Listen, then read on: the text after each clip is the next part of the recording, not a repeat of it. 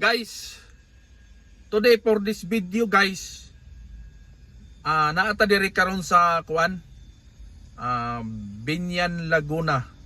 Kay may pasahero tayo na matrona ba. So nagpa linis sa kuan ba mata sa katarata kay day expert diri nga eye clinic, no? Anong kuan? Ang pangan ani nga kuan guys, clinic Aspak Eye Clinic Center. So dito lang yan matagpuan sa sa Binyan, Laguna. So kung galing kayo ng Alabang, kasi galing kami ng Alabang, so dito sa may exit ka ng Liip, kung gusto niyo magpa laser sa mata pala. Yan.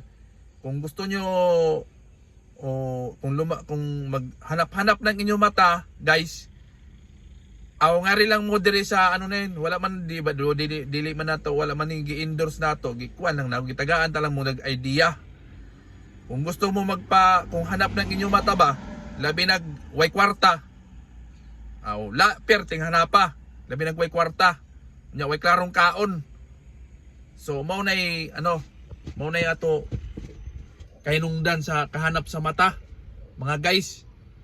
So ari lang mo dire kay kuan, pero usa mo nga rin magkuan nay magpa-appointment unya mag-inquire mo kung pila ang palaser sa mata. So kung malaser ng inyong mata guys, tinaw na kayo, mura na nagmata sa iring. Ana ibig sa gabi makita na mo, makita na mo sa kuan dili mangingunato or kanang mga kuan aninipot, makita na mo guys sa mga aninipot. Munay kanindot diri sa kuan ba, high tech pod na kuno ang ila kuan, kay ingon man ang kaning ako pasahero, high tech daw kayo ang paglimpyo sa mata ba, ambot laser man kuno na, siguro kuan kayuro ng kaning kuan liha ang imong mata. Pagkahumana na guys, kuan tinaw na kuno kayo guys, mura na nagkuan ng imo telescope ang imong mata. Ay ana ra na pag kuan ganyan kanindot nya mawa nang imo katarata. Daghan customers kayo So ipakita nato kay para kuan ba yung area, yung lugar na nandito ta karon, ato ipakita guys para nindot ba. All right.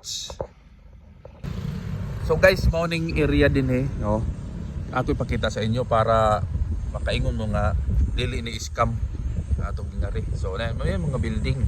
So pero ito yung kuan niya kaning pinaka building yan Aspak Eye Clinic Center. Nindot kay na guys mga kuan diha. Quality yung high tech yung gamit nila daw, sabi nung pasahero ko. So karon ikaduha na niyang palimpyo da sa iyang mata.